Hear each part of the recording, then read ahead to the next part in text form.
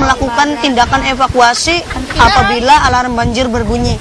Apabila alarm berbunyi, warga mempunyai cukup waktu untuk bersiap-siap mengungsi dengan membawa barang-barang yang penting saja, seperti obat-obatan, dokumen penting, baju, radio, senter, dan lain-lain.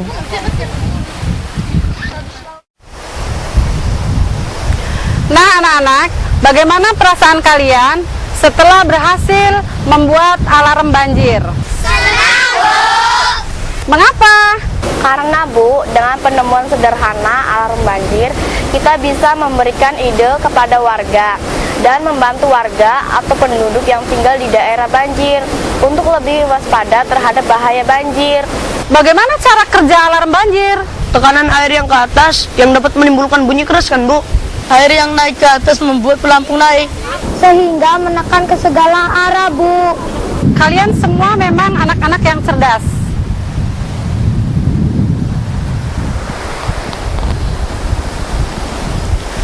Yang kalian katakan semuanya itu adalah benar. Coba anak-anak sekarang perhatikan ke depan. Iman, atau mengapa alarm banjir ini dapat bisa berbunyi? Karena air menekan ke segala arah. Dari dataran yang tinggi ke dataran yang lebih rendah. Pipa yang berisi pelampung pada alarm banjir tadi mudah dimasuki tekanan air.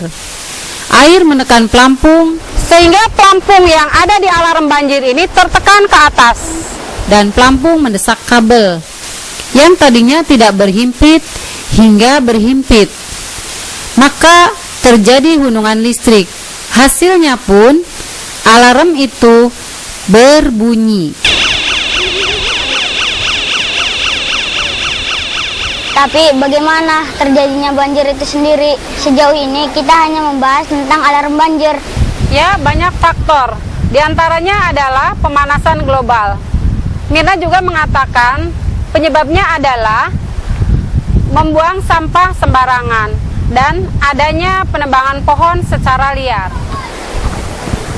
Hei, Karena sampah dibuang di sungai atau pantai, sehingga lama-lama sampah menjadi menumpuk, menyumbat aliran dan membuat sungai pantai menjadi dangkal. Nah, pas turun hujan, sungai pantai yang telah dangkal itu tidak bisa menampung volume air hujan yang turun, sehingga tumpah keluar. Itu yang dinamakan banjir. Betul kan, Bu? Betul. Tidak hanya itu kan, Bu. Akibat kita tidak peduli dengan lingkungan, maka pencemaran lingkungan pun terjadi, Bu. Dan banyak penyakit yang timbul, Bu. Ya, seperti diare dan juga gatal-gatal kan, Bu. Coba anak perhatikan ke depan. Anggun bisa bantu Ibu? Anggun di depan ini akan melakukan percobaan. Di depan ini ada 3 gelas. Gelas ini gelas bekas air mineral yang memiliki volume sama. Yang pertama, gelas sudah terisi oleh sampah-sampah.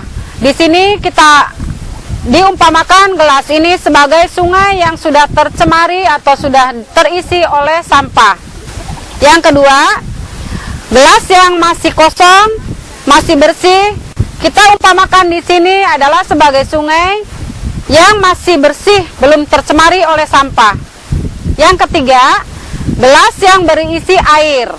Nah, air di sini Ibu umpamakan sebagai air hujan. Baik anak-anak, coba perhatikan lagi. Anggun, coba ambil gelas yang sudah terisi sampah. Kalau kita masukkan air hujan ke dalam sungai, coba apa yang terjadi? Anak-anak coba semuanya perhatikan. Tuangkan gelas yang berisi air ke dalam air yang sudah terisi oleh sampah. Anak-anak, apa yang terjadi? Airnya meluap, Bu. Betul, airnya meluap.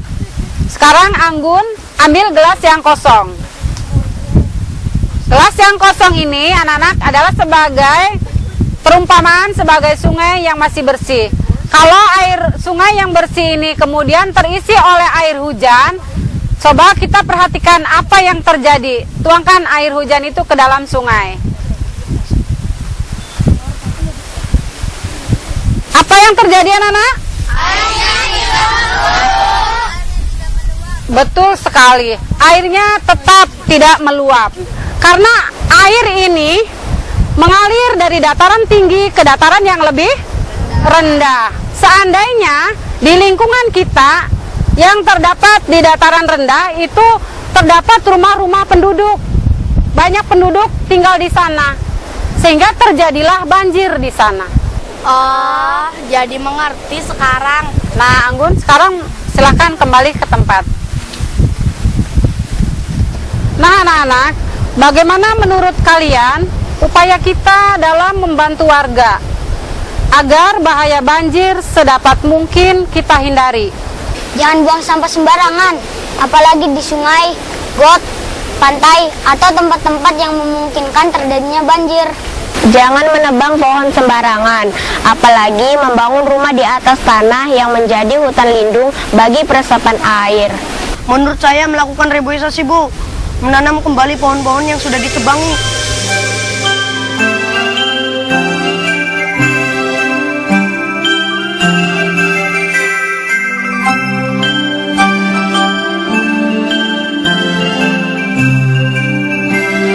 Bu, bagaimana warga yang tinggal di dekat sungai atau pantai?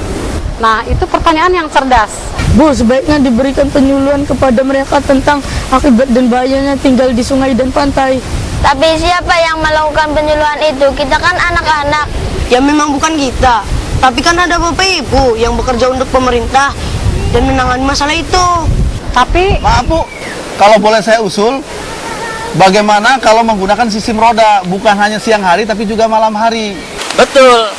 Dan harus ada yang bertanggung jawab untuk mengawasi jalan atau tidaknya alarm banjir.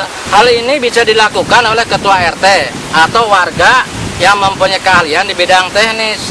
Tentu saja harus berkoordinasi dengan Bapak dan Ibu yang bekerja di pemerintahan yang menangani bencana alam.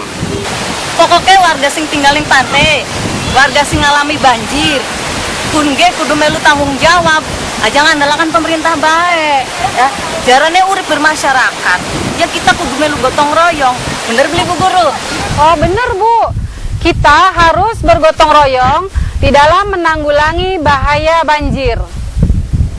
Anak-anak, bagaimana kalau sekarang kita mencoba melakukan simulasi penyelamatan bahaya banjir?